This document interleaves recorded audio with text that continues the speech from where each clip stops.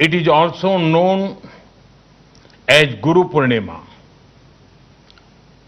This is a day to remember our gurus who gave us knowledge. In that spirit, we pay homage to Lord Buddha. I am happy that copies of the Mongolian Kanjur are being presented to the government of Mongolia. The Mongolian Kanjur is widely respected in Mongolia. Most monasteries have a copy of it. Friends, the Eightfold Path of Lord Buddha shows the way towards the well-being of many societies and nations. It highlights the importance of compassion and kindness. The teachings of Lord Buddha celebrate simplicity both in thought and action. Buddhism teaches respect for people, respect for the poor, respect for women, respect for peace and non-violence. Therefore, the teachings of Buddhism are the means to a sustainable planet. Friends, in his very first sermon in Sarnath and his teachings after that, Lord Buddha spoke on two things: hope and purpose. He saw a strong link between them. From hope comes a spirit of purpose. For Lord Buddha, it was the removal of human suffering.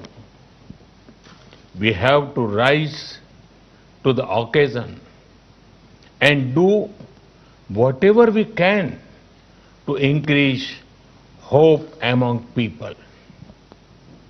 Friends, I'm very hopeful about the 21st century.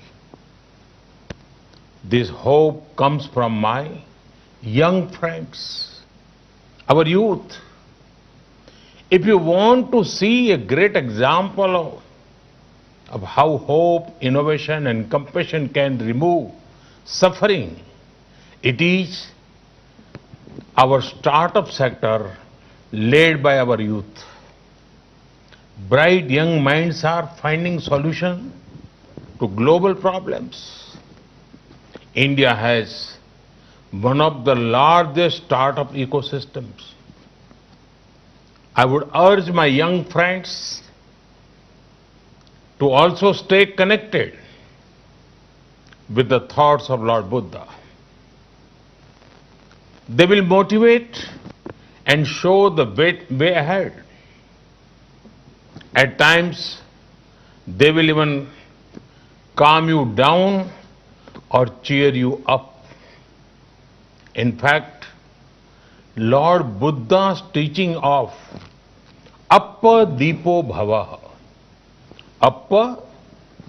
Bhavaha, be your own guiding light, is a wonderful management lesson.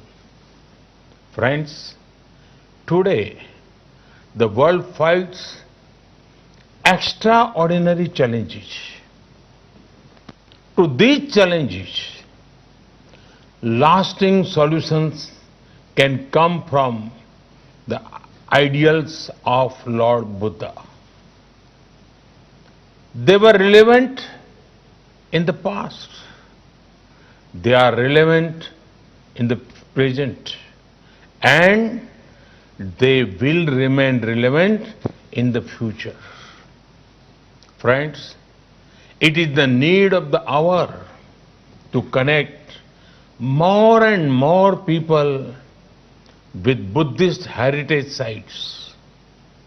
We in India have many such sites. You know how people also know my parliamentary constituency of Varanasi.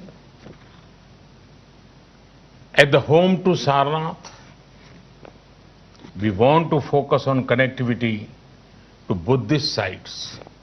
A few days back, the Indian cabinet announced that Kushinagar airport will be an international one. This will bring so many people, pilgrims and tourists. It would also generate economic opportunities for many. India awaits you.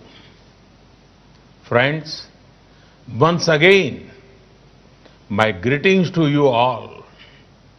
May the thoughts of Lord Buddha further brightness, togetherness and brotherhood. May his blessings inspire us to do good. Thank you. Thank you very much.